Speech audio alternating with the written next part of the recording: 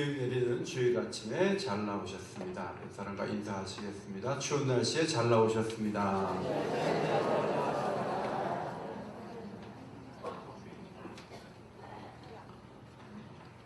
요한복음 앞부분에는 예수님께서 일으키신 7개의 표적이 기록되어 있는데 생명의 삶 진도가 워낙 늦어서 2달 동안에 요한복음 15장까지밖에 안 나가잖아요. 그래서 우리가 한 장 한 장 보면서 뭐 외우려고 한 건 아니지만 7개의 표적을 그냥 어디에 뭐가 있다 정도는 머리에 새길 수가 있겠다 이런 생각을 하게 돼요. 2장에 보면은 물이 변하여 포도주가 되는 표적이 일어나죠.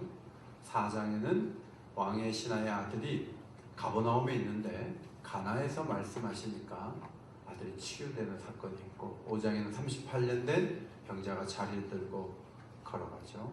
그리고 6장에 오병이어로 5,000명을 먹이시고 또 갈릴리 바다 위를 걸어오시는 그리스도, 두려움을 제거하시는 그리스도, 9장에 나면서 시각장애인 된 사람이 앞을 보게 되는 그런 표적이 나타납니다. 마지막 11장은 죽은 자를 나흘 만에 살리시는 놀라운 기적의 현장으로 우리를 이끌어 갑니다.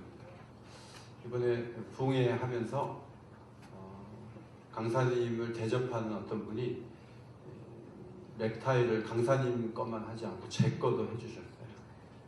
이 넥타이예요. 근데 색깔이 너무 제 취향이 아니라서 제가 이걸 가지고 가서 물려야 되나 딴 걸로 바꿔야 되나 그랬는데 용기를 낸 거는 오늘 부활절이잖아요. 그래서 넥타이도 특별히 메고 예수 그리스도의 부활을 선포해야 되겠다 하고 용기 있게 메고 나왔는데 어울리죠? 네. 오늘 특별히 이 부활장에 대한 말씀이에요. 부활에 대한 말씀.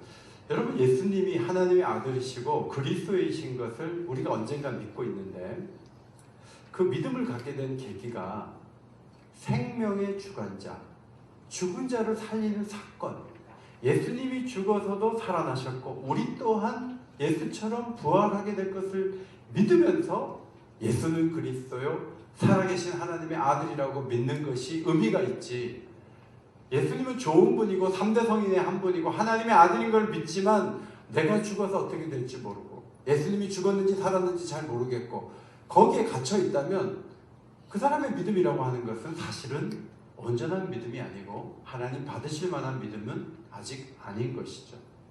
사도 요한은 많은 표적을 계속 기록할 수 있었지만 딱 7개를 기록했고 마지막으로 죽은 자가 살아나는 표적을 기록함으로 표적 얘기는 여기서 끝냅니다.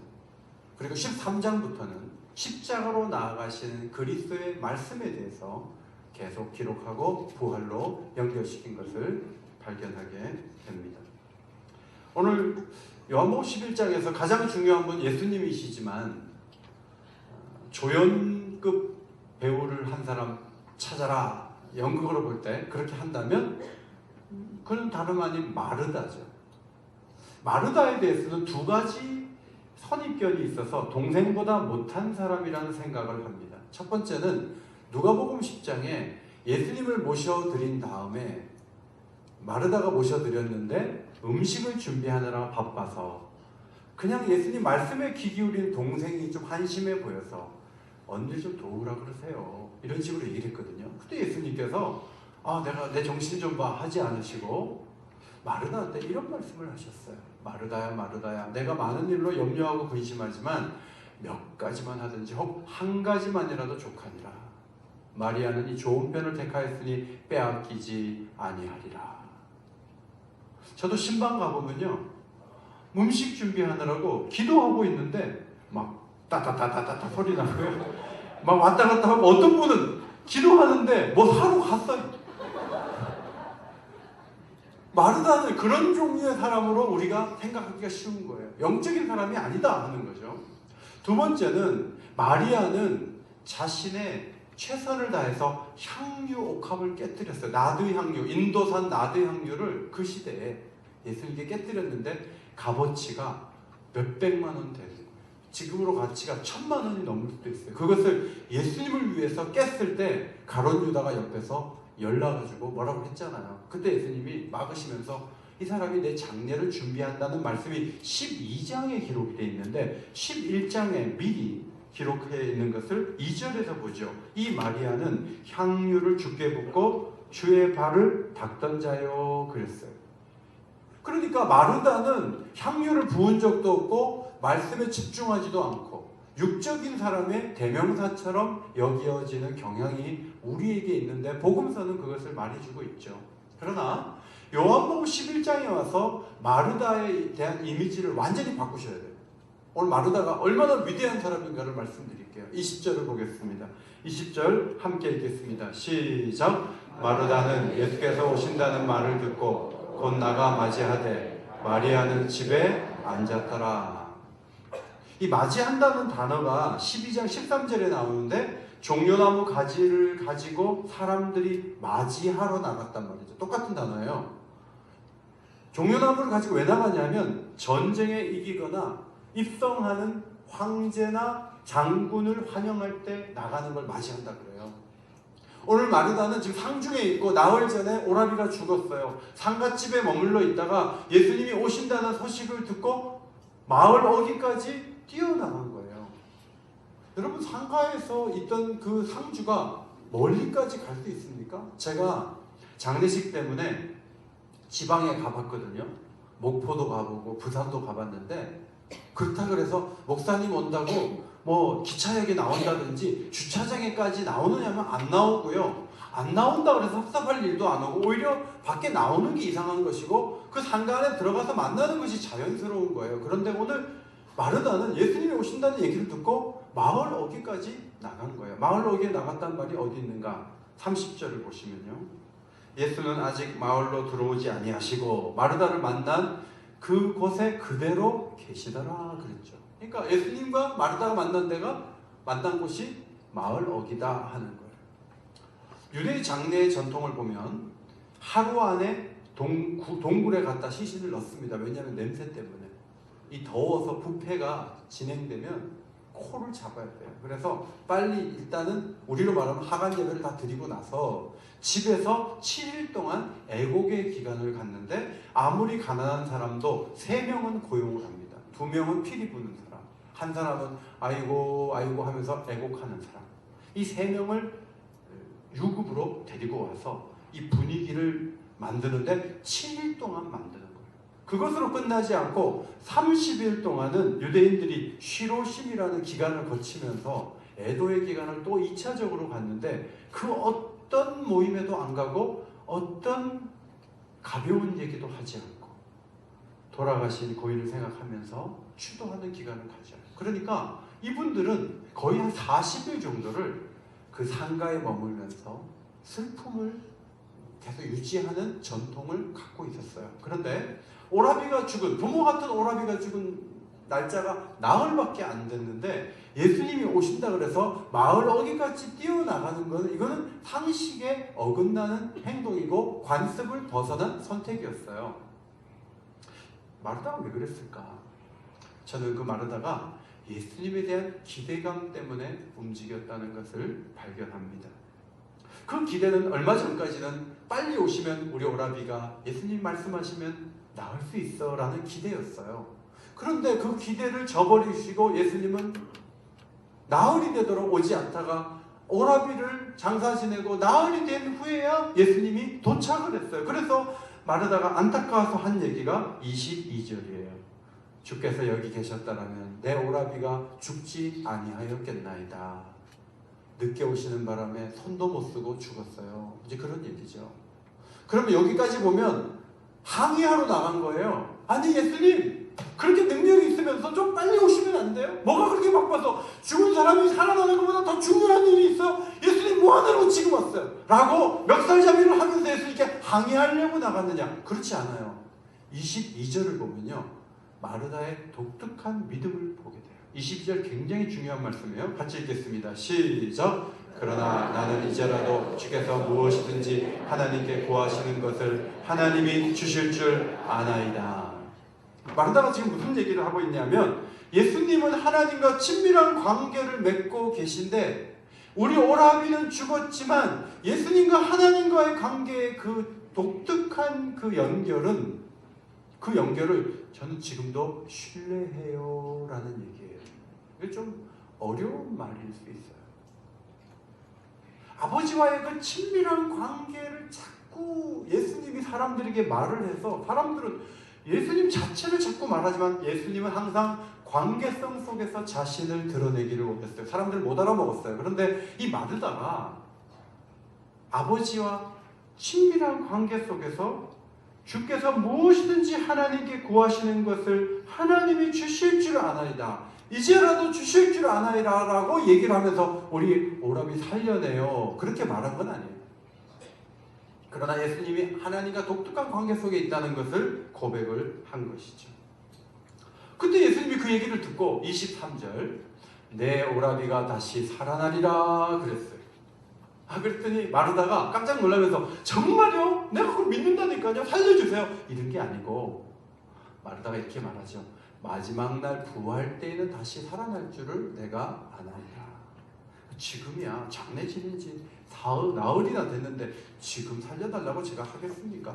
마지막 날 살려주세요. 이렇게 분위기를 그렇게 만들었어요. 그때 여러분 예수님께서 말씀하신 여러 말씀 중에 굉장히 유명한 말씀, 암송구절이 되는 성구죠. 25절, 26절을 마르다에게 주님이 말씀하셨다는 거예요. 앞에 보시고 함께 읽겠습니다. 시작! 나는 부활이요 생명이니 나를 믿는 자는 죽어도 살겠고 무릇 살아서 나를 믿는 자는 영원히 죽지 아니하리니 이것을 내가 믿느냐. 자, 예수님이 자신이 누구라고 말할 때 헬라어로 나는은 따라합시다. 에고라는 말이 나는이에요. 나는. 그 다음에 무엇이다라는 헬라어 단어가 따라합시다. 에이미. 그래서 에고 에이미라고 우리가 얘기를 하거든요. 예수님이 에고 에이미라는 문장 형태에서 자신을 계시한 적이 참 많은데 요한복음 6장에 보면 나는 생명의 떡이다. 나는 이다. 나는 생명의 떡이다. 나를 먹는 자는 죽어도 산다. 내 피를 마시는 자는, 내 살을 먹는 자는, 이게 성찬식의 기초가 되잖아요. 그 다음 8장 12절에서 나는 세상의 빛이다. 이 어두운 세상에 내가 빛이다. 10장 9절에 나는 양의 문이다. 양이 나를 통해서 우리 안으로 들어간다. 나를 통해서 들어가지 않은 것은 전부 강도다 라고 주님이 자신이 문이라고 말해요. 그런데 11장 25절에도 가장 중요한 내가 부활이다. 내가 생명이다 라고 말씀을 하세요. 여러분 부활이라고 말씀하는 것은 25절에 잘 설명되어 있어요. 무슨 말씀입니까? 25절 죽은 자들이 하나님의 아들의 음성을 들을 때가 오나니 곧 이때라. 듣는 자는 살아나리라고 선포하신 그 주님께서 25절에서 말씀하세요. 나를 믿는 자는 죽어도 살겠고, 나를 믿는 자는 죽어도 살겠고. 자, 이제 나사로가 죽었잖아요. 이제 살리실 거예요. 예수님이 부활이 됐어요. 성부 하나님을 사랑이라고 한 단어로 요약한 것처럼 이 11장에서 사도 요한은 예수님께서 자신을 부활이라고 선포한 것에 초점을 모으고 있어요. 예수님은 부활이세요. 예수님은 죽었다가 살아나는 일에 전문가시고 그런 능력이 있고 자기가 원하는 자를 살리실 수 있는 하나님의 아들이라는 거예요. 여러분 장례식을 통해서 부모님을 보내셨습니까? 남편을 보내셨습니까? 때로는 자식을 먼저 보냈습니까? 그가 예수를 믿었습니까? 부활이신 주님께서 그분들을 살리실 것을 믿으시기 바랍니다. 이게 부활의 신앙이에요. 지금 오늘 약간 눈을 아래로 깔고 부활 얘기하니까 이게 얼굴에 불편한 표정을 지으면서 오늘 말씀을 들을 때 약간 좀 거부감이 있는 분이 한 5분 보여요. 그분들은 사실 안 믿으면서 교회 나올 분이 가능성이 있어요.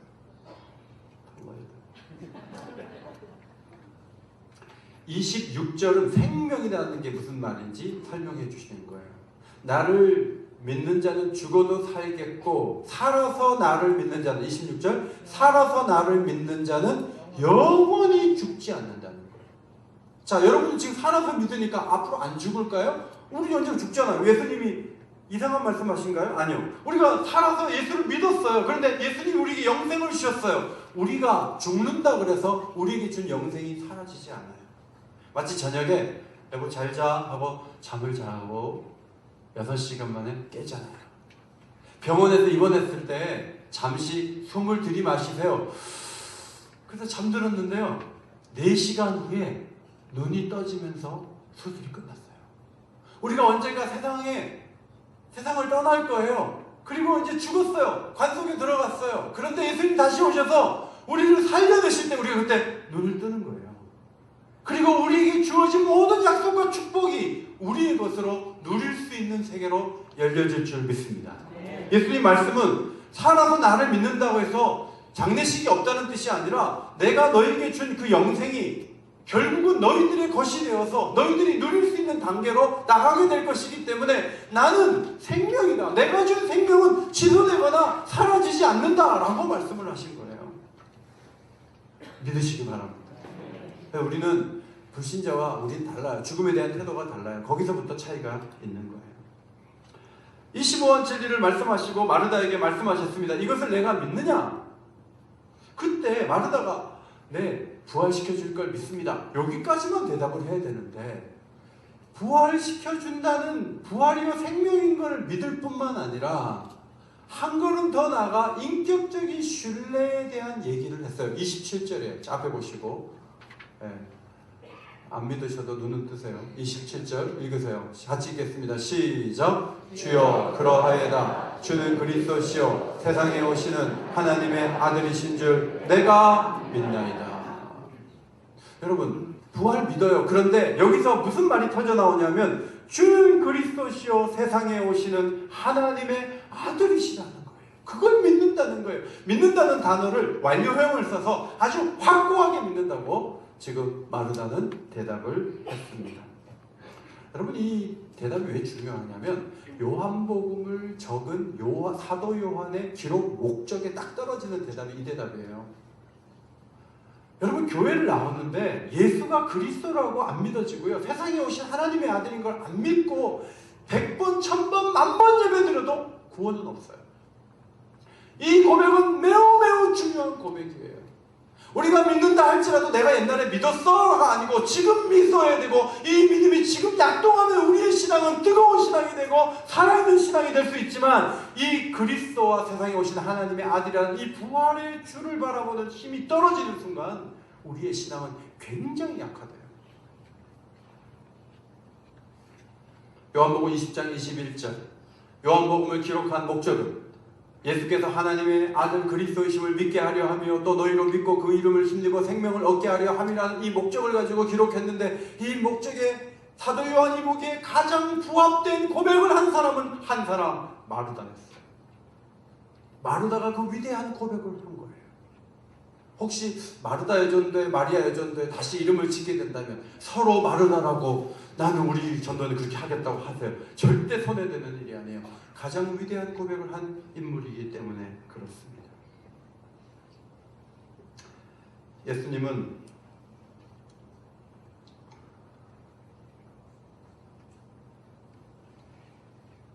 마르다의 모습을 보면서 기뻐하셨겠지만 마르다가 현실의 장벽 속에 또 갇히는 것을 다시 보기도 하셨습니다. 예수님이 이제 무덤가로 마리아와 사람들하고 같이 갔거든요. 가서 돌을 옮겨둬라 이랬어요. 그때 마르다가 가만히 있어야 되는데 39절 주여 죽은 지가 나흘이 되었음에 벌써 냄새가 나나이다. 여자분들은 냄새가 남자보다 훨씬 잘 맡아요. 그죠? 여자분들은 그러니까 뭐 남편들이 술을 먹고 안 먹었다고 해도 벌써 골목 어기 돌래 술 냄새 벌써 나. 여자분들 그렇잖아요. 지금 오라비가 죽어서 돌로 막았지만 돌 틈이 있을 거 아니에요. 그 근처 가니까 오라비가 썩는 냄새가 나는 거예요. 벌써 나흘이나 됐는데 그걸 살리신다고. 그렇다고 안 살아나면 어떡하려고. 이제 그런 마음이 좀 있는 거죠. 근데 예수님께서 마르다 얘기를 듣고 이렇게 말씀하세요. 내 말을 내가 믿으면 하나님의 영광을 보리라 하지 아니하였느냐. 내가 너한테 그렇게 설명했잖아. 너 믿는다고 얘기했잖아. 나흘이 됐지만 이 일을 통해서 하나님께 영광을 돌릴 일들이 일어날 거야 라고 말씀을 하신 것이죠. 그렇게까지 안 하셔도 될 것 같은데 예수님이 거기까지 나가셨어요. 사실 예수님은 이 사건을 의도적으로 일으키셨죠. 나사로가 병들었다는 얘기를 듣고 11장 4절에 이 병은 죽을 병이 아니라 하나님의 영광을 위함이요 하나님의 아들이 이로 말미암아 영광을 받게 하려 함이라고 말씀하셨죠. 이 사건은 예수님이 누구신가를 보여주는 가장 강력한 의미의 표적이 되었습니다. 이 일을 통해서 예수님은 하나님께 영광을 올려드리고 자신이 누구인가를 역사 가운데 계시하셨습니다. 예수님은 무덤에 나가서 다른 어떤 일을 하지 않고 돌문을 옮겨놓은 다음에 나사로야 나오너라 이렇게 말씀하셨어요. 다 같이 한번 크게 한번 외쳐볼까요? 나사로야 나오너라. 네. 자, 지금 안 믿는 분들이 계시다면 그분들은 이게 전체적으로 미쳤구나, 전체적으로 맛이 갔구나 이렇게 생각할 수 있어요. 그런데 이게 만약에 거짓이고 이것이 없는 일이면 기독교는 허구고요. 추운 날씨에 모일 거 없어요. 이렇게 위험한데 모일 게 없어요. 사실 이것이 사실이고 이것이 진리고 이것이 우리 핵심이기 때문에 우리가 모이는 거거든요. 그래서 나사로야 나오너라 했을 때 여러분이 한번 큰 소리로 외칠 수 있어야 돼요. 한번 다시 외치겠습니다. 시작! 나사로야 나오너라. 네, 나사로야 나오너라. 근데 나사로가 나왔는데 배로 동이고 얼굴은 수건으로 가렸는데 만약에 배를 보통 이렇게 배를 묶을 때 제가 입간실에 가보면 이렇게 묶잖아요. 우리처럼 발도 이렇게 묻으면 어떻게 나오겠어요? 걸어 나오겠어요? 이렇게 나오겠어요? 네? 어떻게 나오겠어요? 이렇게 나오겠죠. 이렇게.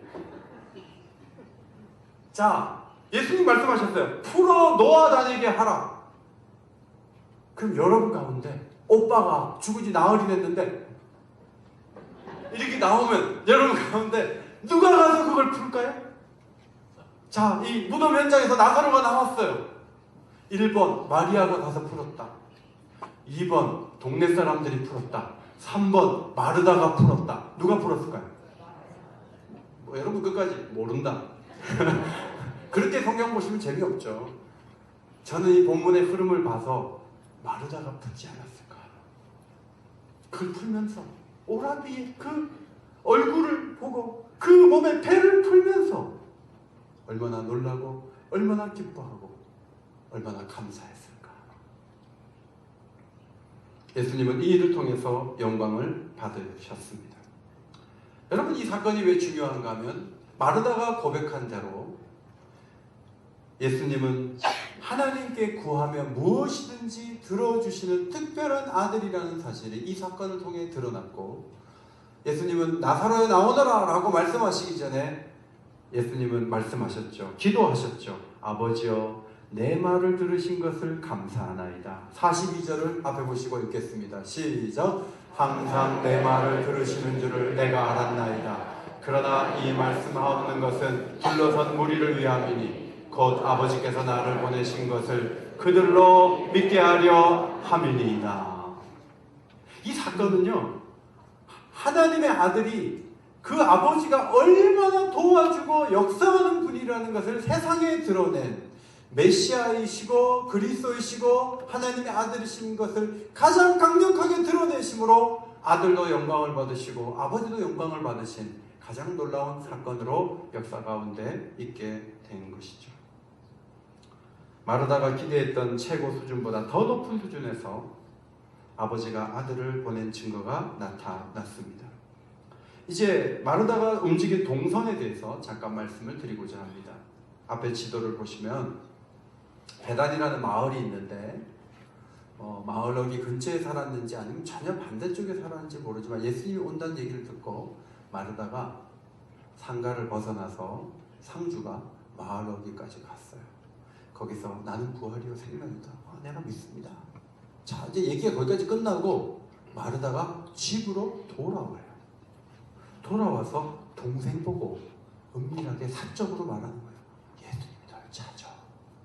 저는 정말 예수님이 찾았다고 생각했는데 어떤 주석을 보니까 이것은 예수님이 불러내라고 한 것이라기보다도 마르다가 예수님을 만나고 대화 끝에 이 죽음 끝에 큰 소망과 기쁨과 위로가 있으니까 너도 은밀하게 가서 막 우르르 몰려가서 대화도 못하는 상황이 아니라 은밀하게 1대1로 예수님께 그 얘기 좀 들어봐 라고 동생을 초대한 것으로 그렇게 기록한 글을 봤는데 그것도 일리가 있다고 봐요. 그리고 이제 마리아가 예수님이 왔냐 그러고 급하게 예수님께로 가는데 마르다가 갔을까요? 안 갔을까요? 같이 갔을까요? 안 갔을까요?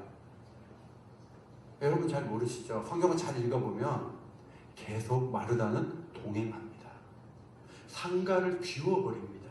놀랍게도 상가에는 상주 둘이 떡 빠져나가서 다 가는 바람에 사람들이 무덤에 가는 줄 알고 위로해 주려고 종종걸음을 하면서 이 두 사람을 따라가서 마을로기에서 예수님을 만나고 예수님 앞에서 너무나 죽음의 그 아픔을 사람들이 드러내게 예수님이 눈물을 흘리시고 무덤 앞으로 가는 거죠. 4번 마르다는 예수님과 함께 마리아와 함께 무덤 앞으로 가죠. 그리고 나흘이 되어서 냄새가 나나이다 라고 말한 사람이 마르다였잖아요.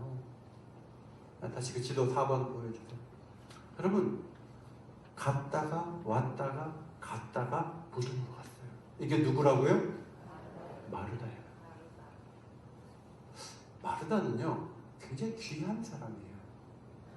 혼자 아는 것으로 멈추지 않고 누군가에 가서 얘기를 하잖아요.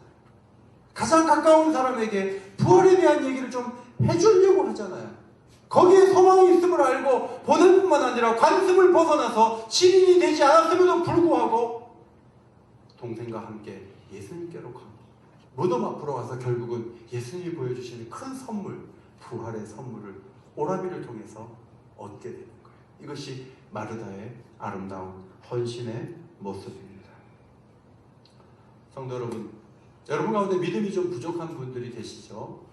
특별히 죽은 자가 살아난 것까지 도저히 못 믿겠다. 동정녀 탄생까지는 봐주겠는데 죽은 자가 살아난 건 못 믿는다.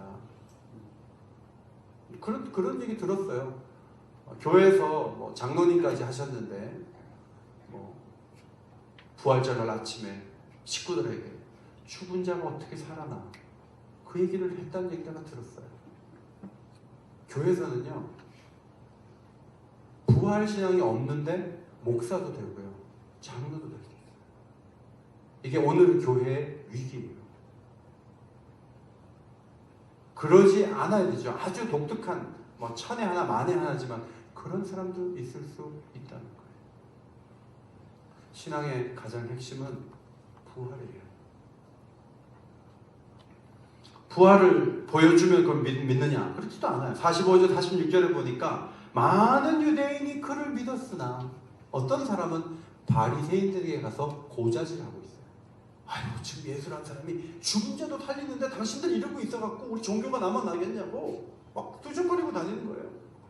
그리고요 그 말을 들은 대제사장이라는 사람이 어떻게 반응하냐면 50절 한 사람이 백성을 위하여 죽어 온 민족이 망하지 않게 되는 것이 예수가 사람을 살리는 기적으로 사람들을 모아서 로마에 대항해봤자 로마에 깨질 텐데 그냥 이쯤에서 예수를 없애서 오히려 로마군이 들어올 만한 빌미를 막아주는 것이 훨씬 더 낫다. 이런 대제사장의 정치적인 판단을 보잖아요.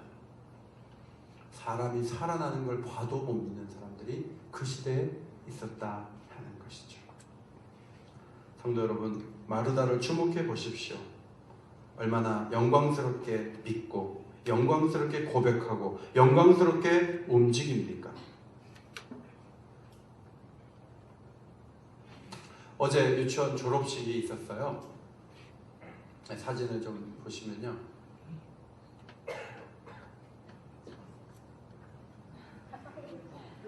교육청 방침에 의해서 졸업식 할 때 이렇게 마스크를 쓰라 그래가지고 단체 장례식도 아니고 전부 마스크 쓰고 앉아가지고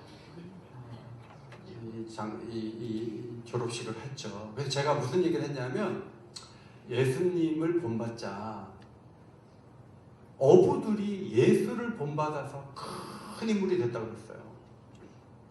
베드로 성당도 가보니까 거기에 베드로 시신이 있다고 하고 성문박교회라고 바울이 죽은 곳도 있는데 그들이 예수님 본받다가 세계적인 인물이 됐다. 내가 어제 그 얘기했거든요.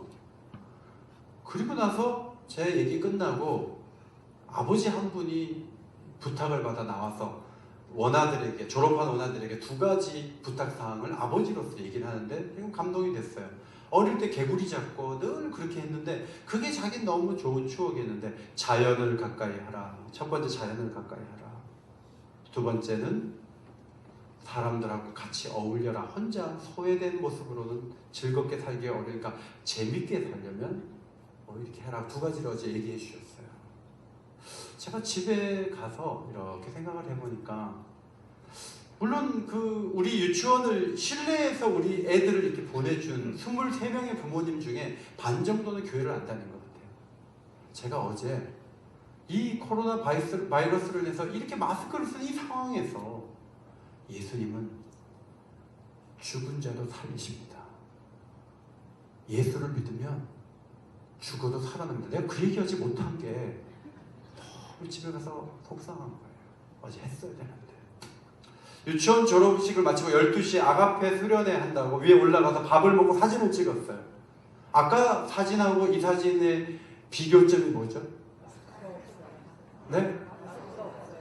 네. 이 부모들은 저렇게 어린애들을 낳아가지고 밑에서는 그렇게 조심하고 소독제하고 졸업을 축하합니다 이러고 있었는데 올라가니까 이 부모들은 위생관념이 없어가지고 마스크도 하나도 안 하고 어떻게 사람들이 이럴지 모르겠어요 라고 손가락질 할 수도 있지만 이 젊은 부부들은 띄워주세요. 이 젊은 부부들은 상황이 개선되고 있다는 걸 느끼고 하나님을 더 많이 신뢰하려고 하는 모습을 갖고 있는 건 아닌가 그런 생각을 해봅니다. 작년에 이희성 선교사님이 모친이 돌아가셨어요. 주무시다 돌아가셨어요. 뇌출혈로 돌아가셨는데 갑자기 태국에서 돌아와서 분당 서울대병원에서 장례식을 했는데 제가 찾아가서 얼마나 마음이 아프냐고 그랬더니 하나도 안 울면서 우리 어머니는 부활하신다고 막 그렇게 얘기하는 거예요. 근데 내 속으로 불효 막심한 선교사다. 그런 생각이 좀 들었거든요. 그런데 선교사님이 그 슬픔에 젖어들지 않고 이모 2사람을 어머니가 계속 기도했던 이모 2사람을 부활 소식을 얘기하면서 영적 기도를 시켜갖고 전도를 한 거예요. 그 자리에서 똑같이 슬퍼하고 똑같이 힘들어하지 않고 어머니가 돌아가셨고 선교사로 나가서 효도를 하지 못했지만 어머니는 반드시 살아날 것이고 그냥 반신불수가 되어서 그렇게 있는 그래도 사는 것이 좋을 수도 있지만 하나님께서 더 좋은 것으로 데려가셨으니까 나는 기쁘다 이러고 있어요. 여러분 신앙이요 그게 불효자가 아니고요 정말 예수를 믿고 있는 거예요. 부활신앙이라는 것이 오늘 현실에 있어서 어떻게 드러나냐는 거예요. 5층에서 밥 안 준다. 주일 예배 외에는 다 패한다. 우리도 그렇게 결정 내리고 안전 위주로 갈 수 있어요. 그런데 나중에 그렇게 하다가 부끄럽게 되지 않을까요? 말씀 축제를 이 어려운데 왜 합니까?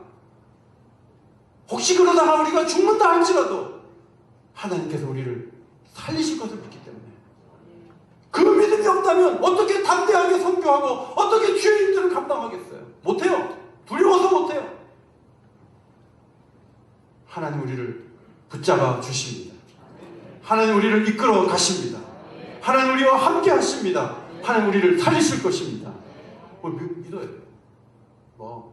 마스크도 하지 말고 소독제도 바르지 말고 그거 다 믿음 없는 거다 그 말을 하는 게 아니에요. 다 조심해야 돼요. 그럼에도 불구하고 우리 마음 자세는 두려움에 갇히지 않는 거예요. 앞으로 나갈 수 있는 힘을 갖는 거예요. 지난주에 복음의 숲교회 7명인가 새로 오셨대요. 다 등록했냐 그랬더니 한 명만 등록했대. 나머지 분이 뭐냐 그러니까 본교에 코로나 바이러스가 무서워서 가까운 데 온 사람들이. 그 코로나 바이러스 때문에 우리 개척교회에도 사람이 온다니까 어쨌든 기분이 좋아요. 근데 한 명이 등록했다는 거예요. 그 한 명이 신자인가 그랬더니 신자가 아니래요. 어떻게 등록했냐 그랬더니 우리 교회 집사님 한 분이 직장 동료가 교회를 안 다니는 걸 알고 집이 어디냐 그랬더니 삼성구 근처라 그랬더래요. 그래서 하정우 목사님 오라 그러고 자기가 나가고 그 사람하고 셋이서 밥 먹었대요. 그리고 이분이 개척 우리 교회인데 개척했으니까 여기 나가라고 약속을 철떡같이 하고 지난주에 와서 등록했대요. 여러분, 신자가 되는 게 저절로 됩니까? 교회 사람들이 이 와중에 자기 발로 걸어옵니까? 아니요. 누군가 마르다처럼 왔다 갔다 하면서 주는 부활이요 생명이요 주께서 너를 찾으신다고 말하는 사람이 누군가 있고 초대해야 사람들이 움직이지. 앉아갖고 예배만 드리고 기도만 한다고 사람들이 그냥 몰려오는 게 아니란 말이에요. 중요한 거는 마르다처럼 관습에 젖어 있지 않는 거예요. 분위기에 매여 있지 않는 거예요. 어떻게 하자고 마르다도 가고 마리아도 가고 상가 다 비워놓고 사람들까지 다 데리고 갑니까? 그런데 여러분, 그들 모두가 부활의 현장을 봤잖아요. 나사로가 살아나는 걸 봤잖아요. 얼마나 영광스럽고 놀라운 장면이에요. 그런 자리를 마련하도록 쓰신 사람이 누구죠? 예수님이죠. 쓰임받은 사람 누구죠? 마르다죠. 우리도 쓰임받기를 원합니다. 우리도 쓰임받기를 원해요. 저는 전에 있던 그 라인이 30집이었어요. 30집. 아파트 15층까지인데 2집씩 딱 있어요. 그래서 몇 층에 누가 살고 몇 층에 누가 살고 제가 이제 어느 정도 알다가 그냥 나오게 됐는데, 이번에는 16층까지 있는데 3집씩 이 엘리베이터 하나 쓰는 거예요. 모두 몇 집이에요? 48집이나 돼요. 너무 많아요. 내가 교인들 챙기기도 힘든데. 그러나 표를 그려가지고 1, 2, 3에 누가 사는지를 파악을 해야죠. 그리고 기도해야죠. 죽어도 다시 사는 세계가 있다고 기회가 되면 얘기를 해야죠. 글마당을 집에다가 붙여놔야죠. 그런 움직임이 없이 오기교회는 이대로 갈 거예요. 그러나 움직이면 부흥을 주실 줄 믿습니다. 오늘 할렐루야 찬양대가 부흥의 불길이 타오르게 해달라고, 이 나라의 부흥의 불길이 타오르게 해달라고 찬양했어요. 이게 우연입니까?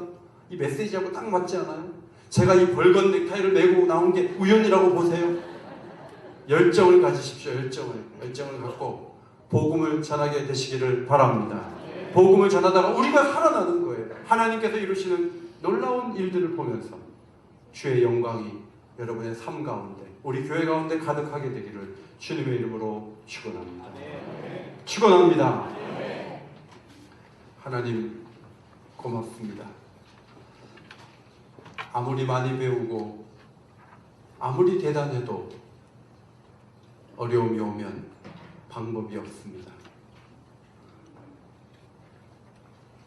지난 주간도 한의사 부부가 병원을 개업하고 경제적인 어려움 때문에 모두 극단적인 선택을 했다는 뉴스를 보았습니다.